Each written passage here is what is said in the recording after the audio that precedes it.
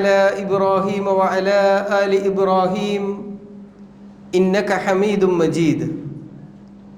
اللهم بارك على محمد وعلى آل محمد كما باركت على إبراهيم وعلى آل إبراهيم إنك حميد مجيد.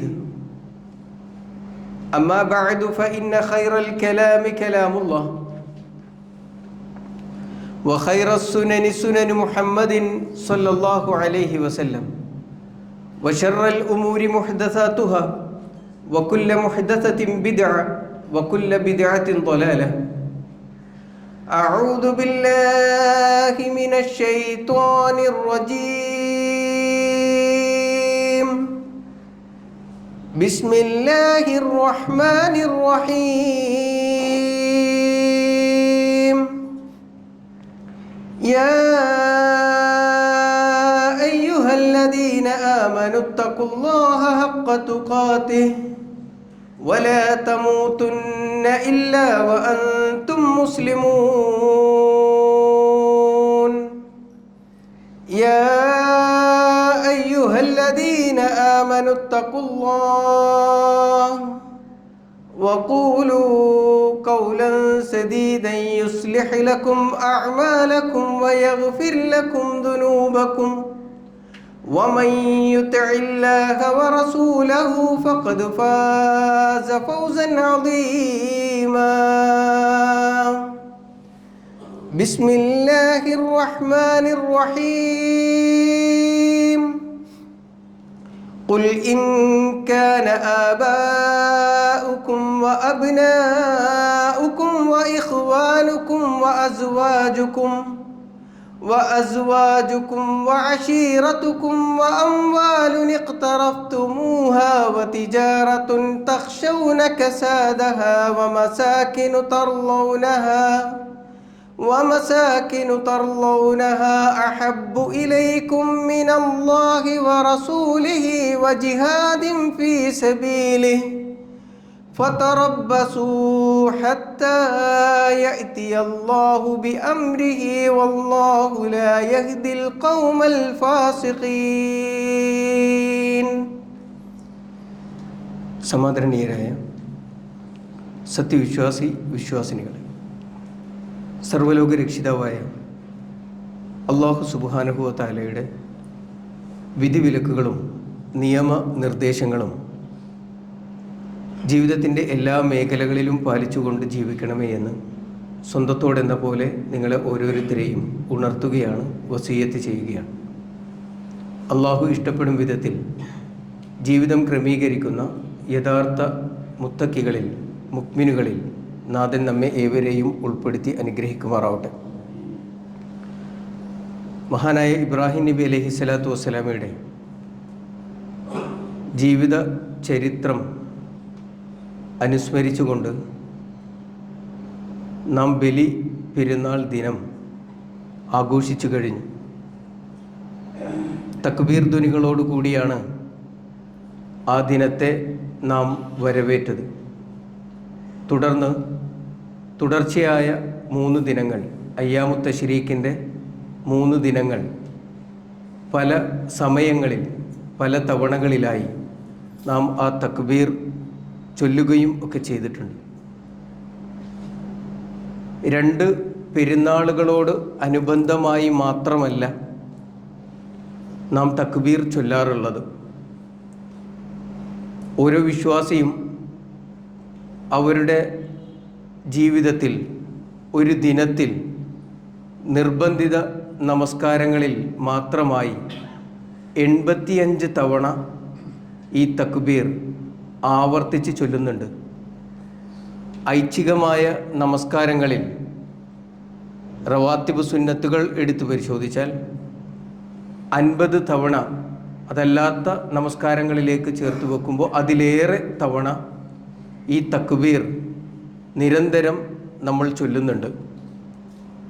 അല്ലാഹു അക്ബർ എന്ന് പറയുന്നത് കേവലം പെരുന്നാൾ ദിനങ്ങളിൽ മുഴക്കേണ്ടുന്ന ഒരു മന്ത്രധ്വനി എന്ന നിലക്കോ അതുമല്ല എങ്കിൽ നമസ്കാരങ്ങളുടെ കൃത്യമായ ഇടവേളകളിൽ ഖിയാമിൽ നിന്ന് റുക്കൂയിലേക്കും ഇഅ്തിദാലിൽ നിന്ന് സുജൂദിലേക്കും വീണ്ടും സുജൂദിൽ നിന്ന് ഇരുത്തത്തിലേക്കും ഒക്കെ പോകുന്നതിന് വേണ്ടിയുള്ള കമാൻഡുകൾ മാത്രമായിട്ടാണ് അല്ലാഹു അക്ബർ എന്ന ആ തക്ബീർ ധ്വനിയെ നമ്മൾ മനസ്സിലാക്കുന്നത് എങ്കിൽ അതിൽ യാതൊരു പ്രസക്തിയുമില്ല എന്ന് നമ്മൾ തിരിച്ചറിയണം.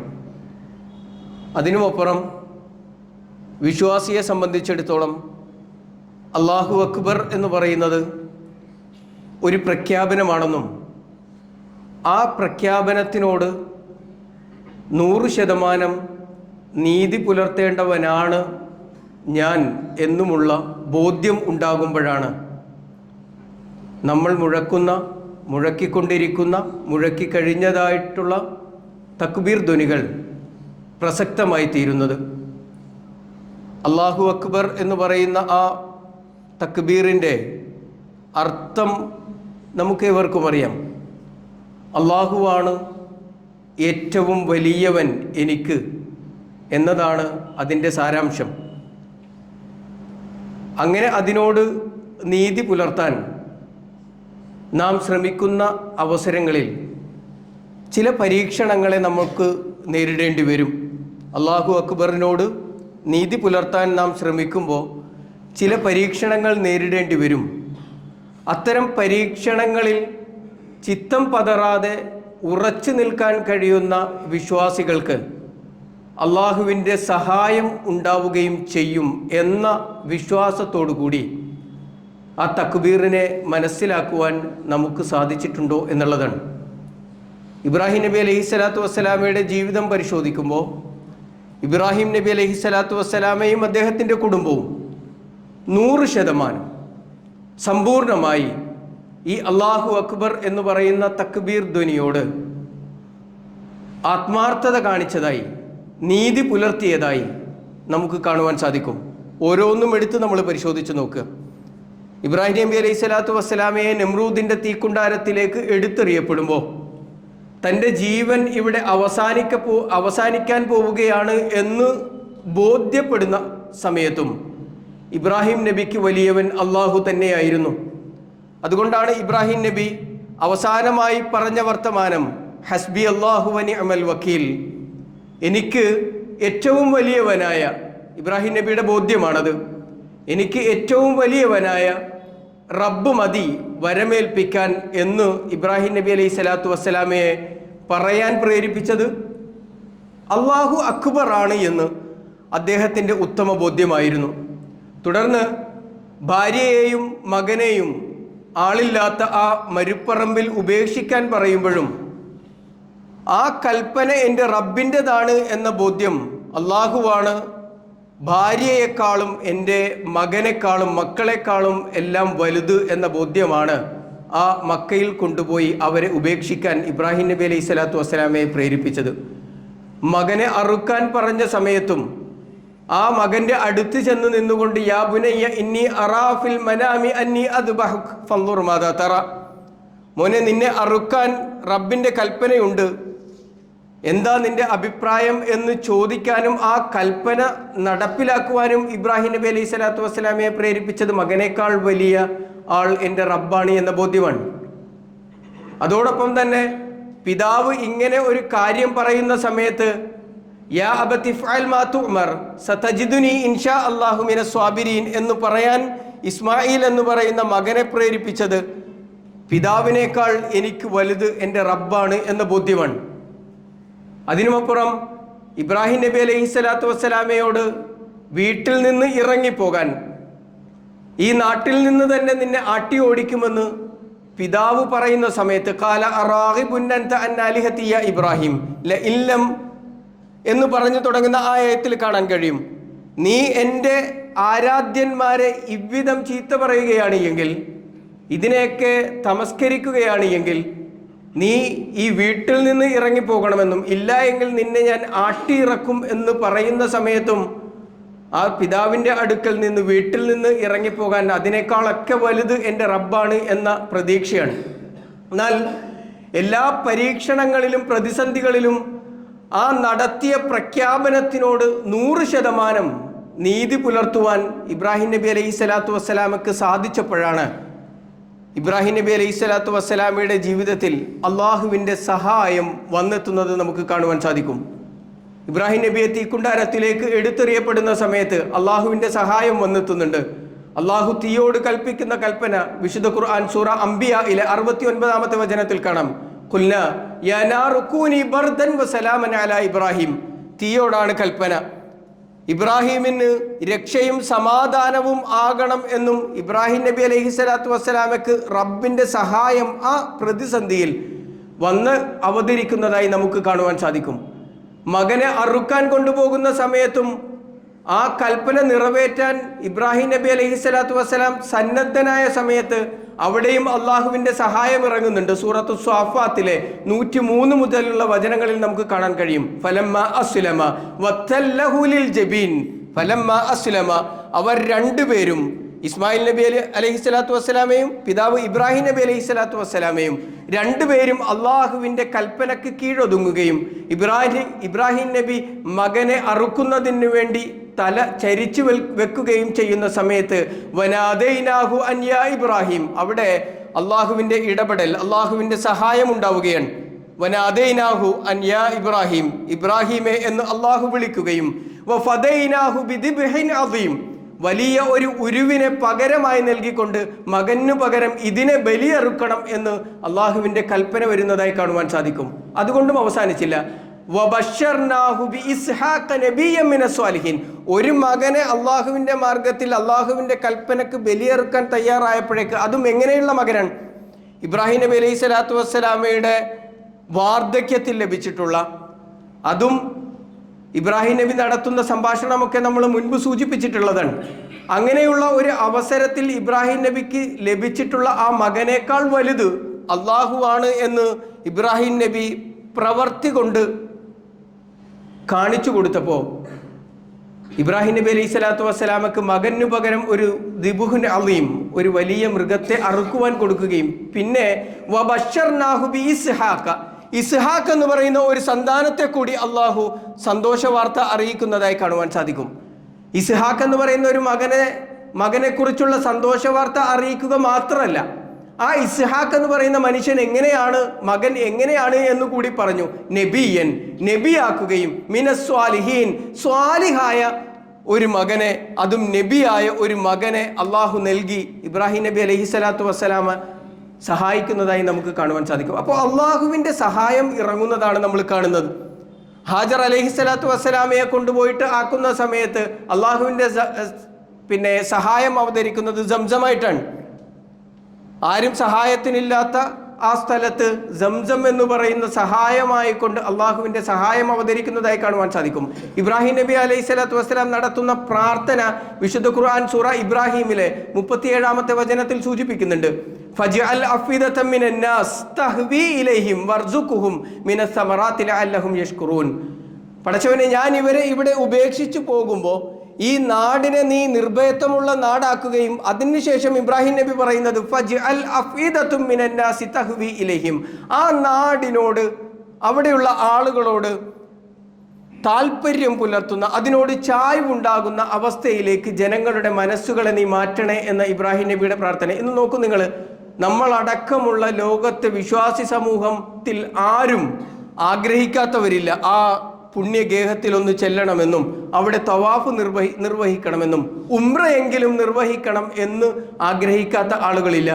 ഇബ്രാഹിം നബി അലൈഹി സ്വലാത്തു വസ്സലാമയുടെ പ്രാർത്ഥന അതുപോലെ തന്നെ അള്ളാഹു സുബ്ഹാനഹു വ തആല നിറവേറ്റി കൊടുക്കുന്നതായി നമുക്ക് കാണുവാൻ സാധിക്കും. എന്നാൽ നമ്മൾ മനസ്സിലാക്കേണ്ടുന്നത് അല്ലാഹു അക്ബർ എന്ന് പറയുന്ന ആ പ്രഖ്യാപനത്തിനോട് നമുക്ക് എത്ര കണ്ട് നീതി പുലർത്താൻ സാധിച്ചിട്ടുണ്ട് എന്നുള്ളതാണ്. ഇബ്രാഹിം നബി അലൈഹി സ്വലാത്തു വസ്സലാമയെ കുറിച്ച് അനുസ്മരിച്ച് ബലിപെരുന്നാളും ഒക്കെ നടത്തി അറവും കഴിഞ്ഞ് പള്ളിയിൽ ഒരുമിച്ച് കൂടിയിരിക്കുന്ന നമ്മൾ ആലോചിക്കേണ്ടത്, നമ്മൾ മുഴക്കിയ തക്ബീറിനോട്, അല്ലാഹു അക്ബർ എന്ന് പറയുന്ന പ്രഖ്യാപനത്തിനോട് എത്ര കണ്ട് നീതി പുലർത്താൻ നമുക്ക് സാധിച്ചിട്ടുണ്ട് എന്ന് നമ്മൾ ഓരോരുത്തരും ആലോചിക്കണം.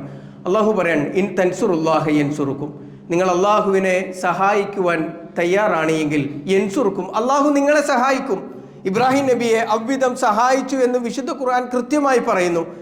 ഇത് കേവല ചരിത്രമല്ല എന്നും ബോധ്യമുള്ള നമുക്ക് അല്ലാഹു അക്ബർ എന്ന് പറയുന്നതിനോട് എത്ര കണ്ട് ആത്മാർത്ഥത പുലർത്താൻ നമുക്ക് സാധിച്ചിട്ടുണ്ട് എന്ന് ഓരോ വിശ്വാസിയും ആലോചിക്കണ്ടേ. ഞാൻ പറയുന്നുണ്ട് അല്ലാഹു അക്ബർ. ഇന്ന് ഈ പള്ളിയിൽ വന്ന ആളുകൾ തഹിയ്യത്ത് നമസ്കരിക്കുന്നതിന് വേണ്ടി കൈ ഉയർത്തിക്കെട്ടിയത് അല്ലാഹു അക്ബർ എന്ന് പറഞ്ഞുകൊണ്ടാണ്. സലാം വീട്ടുന്നതിനിടയിൽ 10 തവണ അവന അല്ലാഹു അക്ബർ എന്ന് പറയുന്ന ആ പ്രഖ്യാപനം പറഞ്ഞല്ലോ. ഇത് കേവലം ഒരു മന്ത്രോച്ചാരണമോ അതുമല്ല എങ്കിൽ ഓരോ കർമ്മങ്ങളിലേക്ക് നീങ്ങാനുള്ള കമൻറ്റുകളോ മാത്രമാണ് എന്ന് നമ്മൾ വിചാരിക്കുന്നുണ്ട് എങ്കിൽ നമ്മുടെ അല്ലാഹു അക്ബർ കൊണ്ട് നമ്മുടെ തക്ബീർ കൊണ്ട് നമുക്ക് യാതൊരു പ്രയോജനവുമില്ല എന്ന് തിരിച്ചറിയാം. നേരെ മറിച്ച് ആ പ്രഖ്യാപനത്തിനോട് എത്ര കണ്ട് ആത്മാർത്ഥത പുലർത്താൻ നമുക്ക് സാധിച്ചിട്ടുണ്ട്.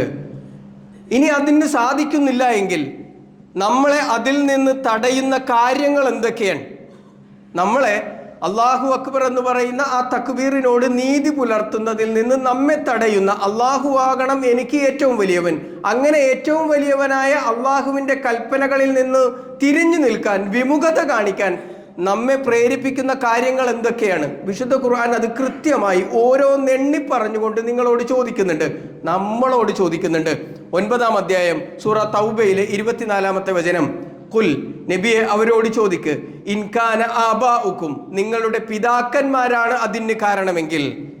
അല്ലാഹു അക്ബറിൽ നിന്ന് നിങ്ങളെ പിന്നോട്ട് വലിക്കുന്നത് നിങ്ങളുടെ പിതാക്കന്മാരോടുള്ള സ്നേഹവും അവരോടുള്ള ബഹുമാനവുമൊക്കെയാണ് എങ്കിൽ, വ അബ്നാഉക്കും, അല്ല മക്കളോടുള്ള വാത്സല്യമാണ് എങ്കിൽ, വ ഇഖ്വാനുക്കും, അല്ല സഹോദരന്മാരോടുള്ള സാഹോദര്യ സ്നേഹമാണ് എങ്കിൽ, വ അസ്വാജുക്കും, അല്ല നിങ്ങളുടെ ഇണകളോടുള്ള നിങ്ങളുടെ പ്രീതിയാണ് എങ്കിൽ, അവരുടെ പ്രീതി കാംക്ഷിച്ചുകൊണ്ടാണ് നിങ്ങൾ അല്ലാഹു കൽപ്പിച്ച കൽപ്പനകളിൽ നിന്ന് പിന്നോട്ട് നിൽക്കാൻ, അല്ലാഹു പഠിപ്പിച്ച ആദർശത്തിൽ നിന്ന് പിന്നോട്ട് നിൽക്കാൻ നിങ്ങളെ പ്രേരിപ്പിക്കുന്നത് എങ്കിൽ, വ അശീറത്തുക്കും, നിങ്ങളുടെ ബന്ധുമിത്രാദികളാണ് അതിനെ നിങ്ങൾ പ്രേരിപ്പിക്കുന്നത് എങ്കിൽ, വിശാലമായ അർത്ഥത്തിൽ നമ്മൾ അതിനെ വായിക്കുമ്പോൾ സമൂഹമാണ് നിങ്ങളെ അതിൽ നിന്ന് പിന്മാറാൻ പ്രേരിപ്പിക്കുന്നത് എങ്കിൽ, സമൂഹത്തിനോടൊപ്പമാകണം എന്നതാണ് അതിൽ നിന്ന് നിങ്ങളെ മാറാൻ പ്രേരിപ്പിക്കുന്നത് എങ്കിൽ, വ അംവാലുൻ ഇഖ്തറഫ്തുമൂഹ, നിങ്ങൾ സമ്പാദിച്ചു വെച്ചിട്ടുള്ള നിങ്ങളുടേത് എന്ന് കരുതുന്ന ധനമാണ് നിങ്ങളെ അതിൽ നിന്ന് പിന്തിരിക്കുന്നത് എങ്കിൽ, വ തിജാറത്തുൻ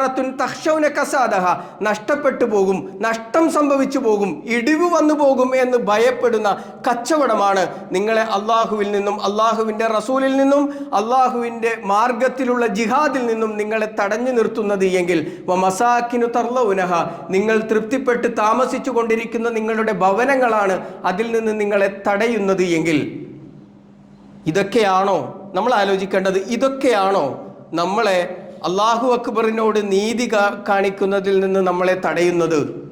ഓരോരുത്തരും ആലോചിക്കേണ്ടതാണ്. ഒന്നാമതായി പറഞ്ഞത് ഇൻകാന ആബാഉക്കും, നിങ്ങളുടെ പിതാക്കന്മാരാണ് എങ്കിൽ എന്നാണ്.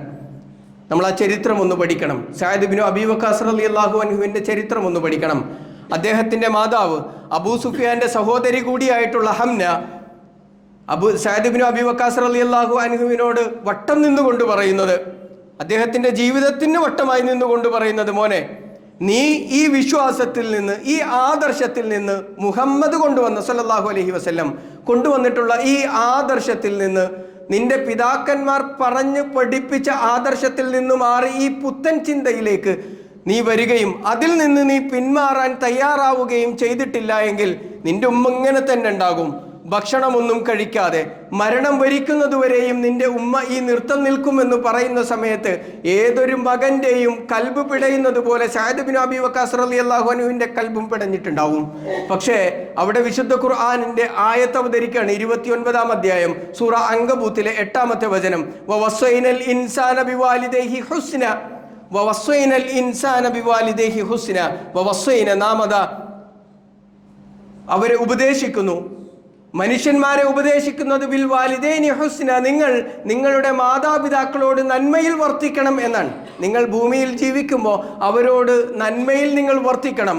വ ഇൻ ജാഹദാക ലിതുശ്രിക ബിമാ ലൈസ ലക ബിഹി ഇൽം, എന്നാൽ അവർ നിങ്ങളെ ശിർക്ക് ചെയ്യാൻ പ്രേരിപ്പിക്കുകയാണ് എങ്കിൽ, നിങ്ങളുടെ ആദർശം വിട്ടുപോകണം എന്ന് നിങ്ങൾ മനസ്സിലാക്കിയ സത്യത്തിൽ നിന്ന് പിന്മാറണം എന്ന് നിങ്ങളെ അവർ നിർബന്ധിക്കുകയാണ് എങ്കിൽ ഫലാ തുതിഅഹുമ, അവരെ അനുസരിക്കേണ്ടതില്ല. അതിൽ മാത്രം നിങ്ങൾ അവരെ അനുസരിക്കേണ്ടതില്ല. ആ അനുസരണക്കേട് ആദർശത്തിൻ്റെ കാര്യത്തിൽ, അള്ളാഹുവിൻ്റെയും റസൂലിൻ്റെയും കാര്യത്തിൽ കാണിക്കുമ്പോൾ പോലും ഭൗതികമായ ഇടപെടലുകളിൽ അവരോട് നന്മയിൽ ഇടപെടണം എന്ന് ഇസ്ലാം പഠിപ്പിക്കുന്നതായി കാണുവാൻ സാധിക്കും. അപ്പോൾ പിതാക്കന്മാരാണോ നിങ്ങളുടെ പ്രശ്നം? അതല്ല മക്കളാണോ നിങ്ങളുടെ പ്രശ്നം? അള്ളാഹുവിനോട് നീതി കാണിക്കുവാൻ നിങ്ങളെ പ്രേരിപ്പിക്കുന്നത്, നീതികേട് കാണിക്കുവാൻ നിങ്ങളെ പ്രേരിപ്പിക്കുന്നത് മക്കളാണോ? ഒന്ന് ആലോചിക്കണ്ടേ? നമ്മൾ നിരന്തരം പ്രാർത്ഥിക്കണം, അള്ളാഹുവേ എൻ്റെ മകനെ സ്വാലിഹാക്കണേ എന്ന്, സ്വാലിഹീങ്ങളുടെ കൂട്ടത്തിലാക്കണേ എന്ന്. അതും പോരാ, മുത്തക്കിയാക്കണേ എന്നല്ല പ്രാർത്ഥന. മുത്തക്കിയാക്കണേ എന്നാണോ നമ്മുടെ പ്രാർത്ഥന? അല്ല. വജഅൽനാ ലിൽ മുത്തഖീന ഇമാമ എന്ന, മുത്തഖീങ്ങളുടെ ഇമാമാക്കണമെന്ന്, നേതാവാക്കണം എന്ന് പ്രാർത്ഥിച്ചു കൊണ്ടിരിക്കുന്ന നമ്മൾ ആത്മാർത്ഥമായി ഒന്ന് ആലോചിക്കണ്ടേ? അല്ലാഹു അക്ബർ പറയുന്ന നമ്മളൊന്ന് ആലോചിക്കണ്ടേ? എൻ്റെ മകൻ പഠിച്ചുകൊണ്ടിരിക്കുന്ന സ്കൂളിൻ്റെ സമയവുമായി മദ്രസയുടെ സമയം പൊരുത്തപ്പെടാത്തത് കൊണ്ട് മദ്രസ വിദ്യാഭ്യാസം തന്നെ വേണ്ട, മതപഠനം തന്നെ വേണ്ട എന്ന് തീരുമാനിക്കുന്ന മാതാപിതാക്കൾ സ്വാലിഹാക്കണമെന്ന് പ്രാർത്ഥിച്ചുകൊണ്ടിരിക്കാൻ എങ്ങനെയാണ് ഇത് ശരിയാവുക? എങ്ങനെയാണ് അല്ലാഹു അക്ബറിനോട് അത് യോജിച്ചു വരിക? അപ്പോഴും അല്ലാഹു അക്ബർ എന്ന് പറയുമ്പോഴും നമുക്ക് മറ്റു പലതും വലുതായി പോകുന്നില്ലേ എന്ന് നമ്മൾ ആലോചിക്കണം. അതല്ല, നിങ്ങളുടെ സഹോദരന്മാരെയാണ് എങ്കിൽ വ ഇഖ്വാനുക്കും, നിങ്ങളുടെ സഹോദരന്മാരാണ് അതിൽ നിന്ന് നിങ്ങളെ തടയുന്നത് എങ്കിൽ അതും ആലോചിക്കേണ്ട. പരലോകത്താണ് ഒറ്റക്കാണ് ചെന്ന് നിൽക്കേണ്ടി വരിക എന്ന്. അവിടെ എൻ്റെ കൂട്ടിന് എനിക്ക് ശുപാർശ പറയാൻ എൻ്റെ സഹോദരന്മാരുണ്ടാവില്ല എന്ന് വിശുദ്ധ ഖുർആൻ കൃത്യമായി പറയുമ്പോൾ ആ സഹോദരന്മാരാണ് നിങ്ങളെ അതിൽ നിന്ന് തടയുന്നത് എങ്കിൽ ഇനി അതല്ല, നിങ്ങൾ സമ്പാദിച്ചു വെച്ച സമ്പാദ്യമാണ് അതിന് തടസ്സമാകുന്നത് എങ്കിൽ സുഹൈബ് റൂമിയുടെ ചരിത്രം നിങ്ങളൊന്ന് പഠിക്കണം. മക്കയിലേക്ക് അടിമയായി വന്ന് അവിടെ നിന്ന് മോചനം നേടി മക്കയിൽ കച്ചവടം നടത്തി ധനികനായ സുഹൈബ് ബിൻ റൂമി, അദ്ദേഹം മക്കയിൽ നിന്ന് ബിലാൽ ബിൻ റബാഹ് റളിയല്ലാഹു അൻഹുവിനെ പോലെ പ്രവാചകൻ സല്ലല്ലാഹു അലൈഹി വസല്ലമയിൽ വിശ്വസിക്കുകയും തുടർന്ന് മദീനയിലേക്ക് പലായനത്തിനൊരുങ്ങുന്ന സമയത്ത് മക്കയുടെ അതിർത്തിയിൽ സുഹൈബിനെ തടഞ്ഞു വെക്കുന്നത് കാണാൻ കഴിയും മക്കയിലെ മുശ്രിക്കുകൾ. എന്നിട്ട് സുഹൈബിനോട് ആവശ്യപ്പെടുന്നത്, ഇന്ന് നിന്റെ കയ്യിലുള്ള ധനമത്രയും നീ സമ്പാദിച്ച, നീ കച്ചവടം ചെയ്തുണ്ടാക്കിയ ലാഭം എന്ന് കരുതുന്ന നിന്റെ ധനമത്രയും നീ ഈ മക്കയിൽ നിന്നുണ്ടാക്കിയതാണ്. അതുകൊണ്ട് അതെല്ലാം ഇവിടെ ഉപേക്ഷിച്ച് നിനക്ക് പോകണമെങ്കിൽ പോകാം എന്ന് പറയുമ്പോൾ നമ്മളൊന്ന് ആലോചിച്ച് നോക്ക്. നമ്മൾ പ്രവാസിയായി വിദേശത്ത് ഏതെങ്കിലും ഒരു സ്ഥലത്ത് ജോലി ചെയ്ത് അവിടുന്ന് ജോലി മതിയാക്കി നമ്മുടെ സമ്പാദ്യവുമായി വരുന്ന സമയത്ത് എയർപോർട്ടിൽ നമ്മളെ തടഞ്ഞു നിർത്തിക്കൊണ്ട് നമ്മളോട് പറയാൻ, ഇതൊക്കെ നീ ഇവിടെ നിന്ന് സമ്പാദിച്ചതാ, അതുകൊണ്ട് ഇതെല്ലാം ഇവിടെ ഉപേക്ഷിച്ച് പോകണം എന്ന് നമ്മളോട് പറഞ്ഞാൽ എത്രമേൽ വിചിത്രമാണ് ആ വാദമെന്ന് ആലോചിക്കണ്ടേ? അങ്ങനെ ഒരു വർത്തമാനം പറഞ്ഞപ്പോൾ പോലും നിങ്ങൾ ഇതുകൊണ്ട് എൻ്റെ മതത്തെ തുടരാനും എൻ്റെ മതത്തിൽ എനിക്ക് സ്വൈര്യമായി ജീവിക്കുവാൻ നിങ്ങൾ എന്നെ അനുവദിക്കുമെങ്കിൽ എൻ്റെ സർവ്വസ്വത്തുക്കളും ഈ മക്കയിൽ നിങ്ങൾക്കായി ഉപേക്ഷിച്ചു പോകാൻ ഞാൻ തയ്യാറാണ് എന്ന് പറഞ്ഞ് എല്ലാം സർവ്വവും ഉപേക്ഷിച്ചു പോയ സുഹൈബ് ബിൻ റൂമി റളിയല്ലാഹു അൻഹു, അദ്ദേഹത്തിൻ്റെ ചരിത്രം പഠിക്കുമ്പോഴാണ് അദ്ദേഹം അല്ലാഹു അക്ബറിനോട് കാണിച്ചതും. എന്നാൽ ചെറിയ നഷ്ടങ്ങൾ ഉണ്ടാകുന്ന കച്ചവടത്തിൽ നിന്ന് അത് ഒഴിവാക്കിയിട്ട് എന്തിന്? വെള്ളിയാഴ്ച ഇത് അനൂദിയ ലിസ്സലാത്തി മിൻ യൗമിൽ ജുമുഅ ഫസ്ഉ ഇലാ ദിക്രില്ല വദറുൽ ബൈഅ, വിശുദ്ധ ഖുർആനിൻ്റെ കൽപ്പനയാണ്. വെള്ളിയാഴ്ച വിളിക്കുമ്പോഴെങ്കിലും കച്ചവടം ഒഴിവാക്കിയിട്ട് അള്ളാഹുവിനെ സ്മരിക്കുന്നതിലേക്ക് വന്നുകൂടെ എന്ന് വിശുദ്ധ ഖുർആൻ ചോദിക്കുമ്പോഴേക്ക് അവിടെയും ഷട്ടർ ഇടാൻ മടിക്കുന്ന, ഒരു അരമണിക്കൂർ നേരത്തേക്ക് നഷ്ടപ്പെട്ടു പോകുന്ന കച്ചവടത്തിനെ ഓർത്ത് വേവലാതിയോടുകൂടി ജുമുഅ നഷ്ടപ്പെടുത്തി കളയുന്ന കച്ചവടക്കാരുണ്ട് എങ്കിൽ എന്തല്ലാഹു അക്ബറാണ് നമ്മുടേത് എന്ന് നമ്മളൊന്ന് ആലോചിക്കണ്ടേ? ഇനി അതുമല്ല, തിജാറത്തിൻ തഖ്ശൗന കസാദഹ, നിങ്ങൾ നഷ്ടം സംഭവിക്കുന്ന കച്ചവടമാണ് എങ്കിൽ ഏറ്റവും നല്ല കച്ചവടം എന്ന് പറയുന്നത് അബൂ ത്വൽഹ റളിയല്ലാഹു അൻഹു ചെയ്ത കച്ചവടമാണ്. നബി സല്ലല്ലാഹു അലൈഹി വസല്ലമയുടെ അടുക്കലേക്ക് ഫലസമൃദ്ധമായ മദീനയിലെ ബൈറുഹ എന്ന് പറയുന്ന തോട്ടം അള്ളാഹുവിൻ്റെ മാർഗത്തിലേക്ക് ദാനം ചെയ്തിട്ട് തൻ്റെ എല്ലാ സമ്പാദ്യമായ ഏറെ ഇഷ്ടപ്പെടുന്ന ആ ബൈറുഹ നബി സല്ലല്ലാഹു അലൈഹി വസല്ലമയിലേക്ക്, ഇസ്ലാമിലേക്ക് ദാനം ചെയ്തതിന് ശേഷം അദ്ദേഹം പറയുന്നത് ഈ കച്ചവടമാണ് എനിക്ക് ഏറ്റവും വലിയ ലാഭമുണ്ടാക്കിയത് എന്നാണ്. അങ്ങനെയുള്ള ആളുകൾ പ്രഖ്യാപിച്ച അതേ അല്ലാഹു അക്ബർ തന്നെയാണ് നമ്മളും പ്രഖ്യാപിച്ചു കൊണ്ടിരിക്കുന്നത്. എത്ര കണ്ട് അതിനോട് നീതി പുലർത്താൻ സാധിക്കുന്നു എന്ന് നമ്മൾ ഒന്ന് ആലോചിക്കേണ്ടതുണ്ട്. ഇനി അതുമല്ല, ഇതൊക്കെയാണ് നിങ്ങൾക്ക് വലുത് എങ്കിൽ, ഇതിനോടാണ് നിങ്ങൾക്ക് താല്പര്യം എങ്കിൽ, ഈ പറഞ്ഞതിനോടാണ് താല്പര്യമെങ്കിൽ, മറിച്ചൊരു വശം മനസ്സിലാക്കേണ്ടുന്നത് ഇതിനേക്കാൾ വലുത് നിങ്ങൾക്ക് അള്ളാഹുവും അള്ളാഹുവിൻ്റെ റസൂലുമാണ് എങ്കിൽ അവിടെ അള്ളാഹുവിൻ്റെ സഹായം നിങ്ങൾക്കുണ്ടാകും എന്ന വാഗ്ദത്തമുണ്ട്.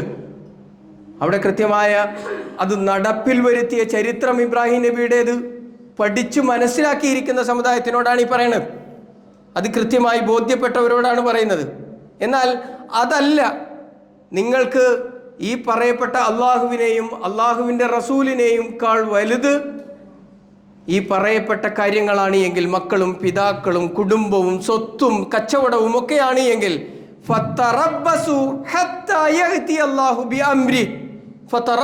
നിങ്ങൾ കരുതിയിരിക്കണം, ജാഗ്രത പുലർത്തി ഇരുന്നു കൊള്ളൂ. ഹത്താ യഅതി അല്ലാഹു ബി അംരി, അള്ളാഹു അവൻ്റെ ശിക്ഷാ നടപടികൾ നിങ്ങളുടെ മേൽ എടുക്കുന്നതിനെ തൊട്ട് നിങ്ങൾ കരുതിയിരിക്കണം എന്ന താക്കീത് വിശുദ്ധ ഖുർആൻ നൽകുന്നതായി കാണുവാൻ സാധിക്കും. അപ്പോൾ ഒരു ഭാഗത്ത് അള്ളാഹു അക്ബർ എന്ന് പറയുന്ന അതിനോട് ആത്മാർത്ഥത പുലർത്തുന്ന ആളുകൾക്ക് അള്ളാഹുവിൻ്റെ സഹായം ഉണ്ടാകുമെന്ന് വാഗ്ദാനം ചെയ്യുമ്പോൾ അതിൽ നിന്ന് കേവലം ഭൗതികമായ സാഹചര്യങ്ങൾ നിങ്ങളെ അതിൽ നിന്ന് തടയുന്നുവെങ്കിൽ നിങ്ങൾ അള്ളാഹുവിൻ്റെ ശിക്ഷയെക്കുറിച്ച് കരുതിയിരിക്കണം എന്ന് താക്കീത് ചെയ്യുന്നതായും കാണുവാൻ സാധിക്കും. നമ്മളൊന്ന് ആലോചിക്കണ്ടേ, പടച്ച റബ്ബ് സഹായിക്കാൻ ശ്രമിച്ചു കഴിഞ്ഞാൽ പിന്നെ അതിനേക്കാൾ വലിയ സഹായം എവിടെ നിന്നാണ് നമുക്ക് ലഭിക്കാനുള്ളത്?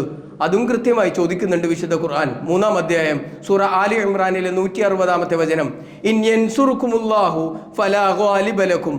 ഇൻ യൻസുറുക്കുമുല്ലാഹ്, അള്ളാഹു നിങ്ങളെ സഹായിക്കാൻ ശ്രമിച്ചു കഴിഞ്ഞാൽ, വിചാരിച്ചു കഴിഞ്ഞാൽ, തീരുമാനിച്ചു കഴിഞ്ഞാൽ, ഫലാ ഗാലിബ ലക്കും, നിങ്ങളെ അതിജയിക്കാൻ, നിങ്ങളെ തകർത്തു കളയാൻ ആർക്കാണ് കഴിയുക? ഒരാൾക്കും കഴിയില്ല എന്നാണ്. അതെത്ര വലിയ സ്വേച്ഛാധിപതിയായ ഭരണാധികാരിയാണ് എങ്കിലും ശരി, വലിയ നിയമങ്ങൾ കൊണ്ടുവന്നിട്ട് നിങ്ങളെ ഈ നാട്ടിൽ നിന്ന് തുടച്ചു മാറ്റും എന്ന് പ്രഖ്യാപനം നടത്തിയ ആളുകൾ പോലും ഇപ്പോൾ ഒരു ബില്ല് പാസ്സാക്കണമെങ്കിൽ വലിയ ശ്രദ്ധയോടുകൂടി ജാഗ്രതയോടുകൂടി മുന്നോട്ട് പോകേണ്ടുന്ന അവസ്ഥയിലേക്ക് കൊണ്ടെത്തിച്ചിട്ടുണ്ട് എങ്കിൽ അള്ളാഹുവിൻ്റെ സഹായമല്ലാതെ മറ്റെന്താണ് എന്ന് നമ്മളൊന്ന് ആലോചിക്കണ്ടേ? ഇതിനും അപ്പുറം വലിയ സഹായങ്ങൾ നമുക്കുണ്ടാകുമെന്ന പ്രതീക്ഷ വേണ്ടേ മുസ്ലിങ്ങൾക്ക്? അങ്ങനെ ഒരു സഹായം ഉണ്ടാകണം എങ്കിൽ നമുക്ക് ചില ബാധ്യതകളില്ലേ? ആ ബാധ്യതകളിൽപ്പെട്ട ഏറ്റവും പ്രധാനപ്പെട്ടത് നമ്മുടെ പ്രഖ്യാപനങ്ങളോട് നമ്മൾ നീതി പുലർത്തുക എന്നുള്ളതാണ്. അതാ വിശുദ്ധ ഖുർആൻ ചോദിച്ചത്, ഇൻ യൻസുറുല്ലാഹു ഫലാ ഗാലിബ ലക്കും, അള്ളാഹു നിങ്ങളെ സഹായിക്കാൻ തീരുമാനിച്ചാൽ അതിനെ മറികടന്ന് നിങ്ങളെ തകർത്തു തരിപ്പണമാക്കാൻ ഒരാൾക്കും കഴിയില്ല. ഇനി തിരിച്ചൊരു വശം കൂടിയുണ്ട്, വഇൻ യഖ്ദുലുക്കും ഫമൻ ദല്ലദീ യൻസുറുക്കും മിൻ ബഅദി, എന്നാൽ അള്ളാഹു നിങ്ങളെ നിന്ദിക്കാൻ തീരുമാനിച്ചാൽ, അള്ളാഹു നിങ്ങളെ നിന്ദ്യന്മാരാക്കുവാൻ തീരുമാനിച്ചു കഴിഞ്ഞാൽ, ഫമൻ ദല്ലദീ യൻസുറുഹു മിൻ ബഅദി, അതിനെയും കവച്ചു വെച്ച് അതിനെ മറികടന്ന് നിങ്ങളെ സഹായിക്കാൻ കഴിവുള്ളവൻ ആരാണുള്ളത്? ഈ മേലെ പറയപ്പെട്ട ആളുകളുണ്ടോ? നിങ്ങളുടെ പിതാക്കന്മാർക്ക് കഴിയുമോ? മക്കൾക്ക് കഴിയുമോ? സഹോദരങ്ങൾക്ക്, ഭാര്യമാർക്ക്? നമ്മളൊന്ന് ആലോചിക്കേണ്ടതുണ്ട്. അതുകൊണ്ട് വഅലല്ലാഹി ഫല്യതവക്കലിൽ മുഅ്മിനൂൻ, ഫഅലല്ലാഹി ഫല്യതവക്കലിൽ മുഅ്മിനൂൻ, അതുകൊണ്ട് സത്യവിശ്വാസികൾ അള്ളാഹുവിൽ വരമേൽപ്പിച്ചു കൊള്ളട്ടെ. ആ വിശ്വാസം നമ്മുടെ മനസ്സിലുണ്ടാവുകയും കേവല അതര വ്യായാമമായി അത് പറയുകയും ചെയ്താൽ പോരാ, പ്രവൃത്തിയിലുണ്ടാവട്ടെ. അത് നമ്മുടെ പ്രവർത്തനങ്ങളെ സ്വാധീനിക്കട്ടെ, അത് നമ്മുടെ ജീവിതത്തെ സ്വാധീനിക്കട്ടെ. അവിടെയാണ് അള്ളാഹുവിൻ്റെ സഹായം എന്ന ഉറച്ച ബോധ്യം നമ്മളെ അതിലേക്ക് നയിക്കട്ടെ. റബ്ബ് സുബ്ഹാനഹു വ തആല അതിന് തൗഫീക്ക് നൽകി അനുഗ്രഹിക്കുമാറാവട്ടെ.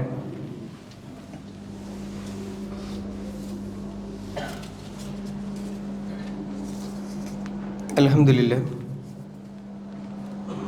അസ്സലാത്തു വസ്സലാമു അലാ റസൂലിഹിൽ അമീൻ വഅലാ ആലിഹി വസഹ്ബിഹി അജ്മഈൻ, അമ്മാ ബഅദ്. ഒരിക്കൽ കൂടി അള്ളാഹുവിൻ്റെ വിധിവിലക്കുകൾ അനുസരിച്ച് ജീവിക്കണമേ എന്ന് ഉണർത്തുകയാണ്, വസിയ്യത്ത് ചെയ്യുകയാണ്. നമ്മുടെ നാട് വായന വാരം ആചരിച്ചു കൊണ്ടിരിക്കുന്നൊരു സമയമാണ്. ജൂൺ 19 എന്ന് പറയുന്നത് വായനാ ദിനവും അതിനെ തുടർന്നുള്ള ഒരു ആഴ്ച വായന വാരവും ഒക്കെയായി ആചരിച്ചു കൊണ്ടിരിക്കുന്ന ഒരു സമയം കൂടിയാണ്. വായനയും എഴുത്തുമൊക്കെ ഇല്ലാതായിക്കൊണ്ടിരിക്കുന്ന, സ്വഭാവം മാറിക്കൊണ്ടിരിക്കുന്ന ഒരു കാലത്തിൽ കൂടിയാണ് നമ്മൾ ജീവിച്ചുകൊണ്ടിരിക്കുന്നത്. എഴുത്തും വായനക്കും പകരമായി ചിഹ്നങ്ങൾ ഇടം പിടിച്ചിരിക്കുന്ന ഒരു സമയം നിങ്ങൾ ശ്രദ്ധിച്ചിട്ടുണ്ടാകും. നമ്മൾ പോലും അതിൻ്റെ വക്താക്കളായി മാറിയിട്ടുണ്ട്. സന്തോഷം പ്രകടിപ്പിക്കാനുള്ള സ്മൈലുകളും ദുഃഖം പ്രകടിപ്പിക്കാനുള്ള ചിഹ്നങ്ങളും ഒക്കെയായി നമ്മുടെ മൊബൈൽ ഫോണുകൾ പോലും എഴുത്തും വായനയും ഒക്കെ കുറയുന്ന ഒരു അവസ്ഥയിലേക്ക് മാറിപ്പോയിട്ടുണ്ട്. എന്നാൽ വിശ്വാസികൾ എന്ന നിലക്ക്, മുസ്ലിങ്ങൾ എന്ന നിലക്ക് നമുക്ക് അതിനോട് വലിയ ഒരു ബാധ്യത കൂടിയുണ്ട്. കാരണം നീ വായിക്കണം എന്ന് പറഞ്ഞുകൊണ്ട് അവതരിച്ച അവതരണം തുടങ്ങിയ ഒരു വേദഗ്രന്ഥത്തിൻ്റെ വക്താക്കളാണ് നമ്മൾ. വായിക്കാനും പഠിക്കാനും ചിന്തിക്കാനും ആ വായനകളെല്ലാം അള്ളാഹുവിൻ്റെ ദൃഷ്ടാന്തങ്ങളിലേക്ക് എത്തി അള്ളാഹുവാണ് ഏകനായ രക്ഷാധികാരി എന്ന് ബോധ്യപ്പെടും നിലയിലേക്ക് നമ്മുടെ വായനയും ഗവേഷണവും എല്ലാം എത്തിച്ചേരും തരത്തിലേക്ക് നമ്മുടെ വായനയെ മാറ്റാൻ പ്രോത്സാഹിപ്പിക്കുന്ന, പ്രേരിപ്പിക്കുന്ന ഒരു വേദഗ്രന്ഥത്തിൻ്റെ വക്താക്കൾ എന്ന നിലക്ക് കൂടി വളരെ പ്രാധാന്യത്തോടു കൂടി നമ്മളതിനെ കാണുകയും, വിശുദ്ധ ഖുർആൻ ചോദിക്കുന്നുണ്ടല്ലോ, ഹൽ യസ്തവില്ലദീന യഅലമൂന വല്ലദീന ലാ യഅലമൂൻ, അറിവുള്ളവനും അറിവില്ലാത്തവനും സമമാകുമോ എന്ന്. അറിവുള്ളവനും അറിവില്ലാത്തവനും സമമാകുമോ? ഇല്ല എന്ന് നമുക്കറിയാം. എന്നാൽ ആ അറിവ് നമുക്ക് പകർന്നു നൽകുന്ന വായന, അതിൽ ഏറ്റവും പ്രധാനപ്പെട്ടത് വിശുദ്ധ ഖുർആനിൻ്റെ വായന തന്നെയാണ്. വിശ്വാസികൾക്ക് പ്രഥമമായി വായിച്ചിരിക്കേണ്ടുന്ന, മനസ്സിലാക്കിയിരിക്കേണ്ടുന്ന ഗ്രന്ഥം വിശുദ്ധ ഖുർആനിൻ്റെ വായന തന്നെയാണ്. അത് പറയുമ്പോൾ ആദ്യം ആലോചിക്കേണ്ടത് റമളാനിന് ശേഷം എത്ര തവണ ആ വിശുദ്ധ ഖുർആൻ നമ്മൾ കൈകൊണ്ടെടുത്തിട്ടുണ്ട് വായിക്കാനും പാരായണം ചെയ്യുവാനും അർത്ഥം പഠിക്കാനും വേണ്ടിയിട്ട് എന്നാണ്. അധിക മാസങ്ങളൊന്നുമായിട്ടില്ല. റമളാനിന് ശേഷം, റമളാനിൽ നമ്മളോടൊപ്പം ഒരു സന്തത സഹചാരി കണക്കെ കൂടെ ഉണ്ടായിരുന്ന വിശുദ്ധ ഖുർആൻ എത്ര തവണ അല്ലെങ്കിൽ എത്ര ആയത്തുകൾ പഠിക്കാൻ അതിന് ശേഷം നമ്മൾ ശ്രമിച്ചിട്ടുണ്ട് എന്ന് പരിശോധിക്കുമ്പോൾ തന്നെ നിർബന്ധമായും വായിച്ചിരിക്കേണ്ടുന്ന ഗ്രന്ഥത്തിനോടുള്ള നമ്മുടെ സമീപനം നമുക്ക് കൃത്യമായി മനസ്സിലാകും. അത് മാറ്റണം എന്ന് പറയാൻ വേണ്ടിയിട്ടാണ്. വിശുദ്ധ ഖുർആൻ പഠിക്കുകയും അത് മനസ്സിലാക്കുകയും അതിനനുസരിച്ച് ജീവിതം ക്രമീകരിക്കുകയും ചെയ്യുന്ന യഥാർത്ഥ വിശ്വാസികളായി നമ്മൾ മാറേണ്ടതുണ്ട്. റബ്ബ് സുബ്ഹാനഹു വ തആല അതിന് തൗഫീക്ക് നൽകി അനുഗ്രഹിക്കുമാറാവട്ടെ. നമ്മുടെ KNMൻ്റെ മുൻ ജില്ലാ സെക്രട്ടറി കൂടിയായിട്ടുള്ള പട്ടണക്കാട് സ്വദേശി ബഷീർ സാഹിബ് ഹൃദയ സംബന്ധമായ ഒരു രോഗത്തെ തുടർന്ന് ICUവിൽ ചികിത്സയിലാണ്. അദ്ദേഹത്തിന് റബ്ബ് സുബ്ഹാനഹു വ തആല പരിപൂർണമായ ശിഫ നൽകി അനുഗ്രഹിക്കുമാറാവട്ടെ. എല്ലാവിധ പ്രയാസങ്ങളും അദ്ദേഹത്തിന് റബ്ബ് സുബ്ഹാനഹു വ തആല ദൂരീകരിച്ചു കൊടുക്കുമാറാവട്ടെ. നമ്മിൽ നിന്നും വന്നുപോയിട്ടുള്ള ചെറുതും വലുതുമായ, അറിഞ്ഞും അറിയാതെയുമുള്ള തെറ്റുകുറ്റങ്ങൾ റബ്ബ് സുബ്ഹാനഹു വ തആല നമുക്ക് വിട്ടുപുറത്ത് മാപ്പാക്കി തരുമാറാവട്ടെ. നമ്മളിൽ രോഗം കൊണ്ട് പ്രയാസപ്പെടുന്ന ആളുകൾ, അവരുടെ രോഗങ്ങളെ അള്ളാഹു പരിപൂർണമായ ശിഫ നൽകി അനുഗ്രഹിക്കുമാറാവട്ടെ. നമ്മിൽ നിന്നും മരണപ്പെട്ടു പോയിട്ടുള്ള ബന്ധുമിത്രാദികൾ, സഹോദരി സഹോദരന്മാർ, കൂട്ടുകാർ, അയൽവാസികൾ, അവരുടെ എല്ലാം ഖബറുകളെ അള്ളാഹു വിശാലമാക്കി കൊടുക്കുകയും അവരുടെ പാപങ്ങൾ അള്ളാഹു വിട്ടുപുറത്ത് മാപ്പാക്കി കൊടുക്കുകയും ചെയ്യുമാറാവട്ടെ. അവരെയും നമ്മെയും അവൻ്റെ ജന്നാത്തുൽ ഫിർദൗസിൽ ഒരുമിച്ച് കൂട്ടി അനുഗ്രഹിക്കുമാറാവട്ടെ. അല്ലാഹുമ്മ ഗഫിർ ലിൽ മുഅ്മിനീന വൽ മുഅ്മിനാത്ത് വൽ മുസ്ലിമീന വൽ മുസ്ലിമാത്ത് വൽ അഹ്യാഇ മിൻഹും വൽ അംവാത്ത് ഇന്നക മുജീബുദ് ദഅവാതി വയാ ഖാദിയൽ ഹജാത്ത് റബ്ബന തഖബ്ബൽ മിന്നാ ഇന്നക അൻത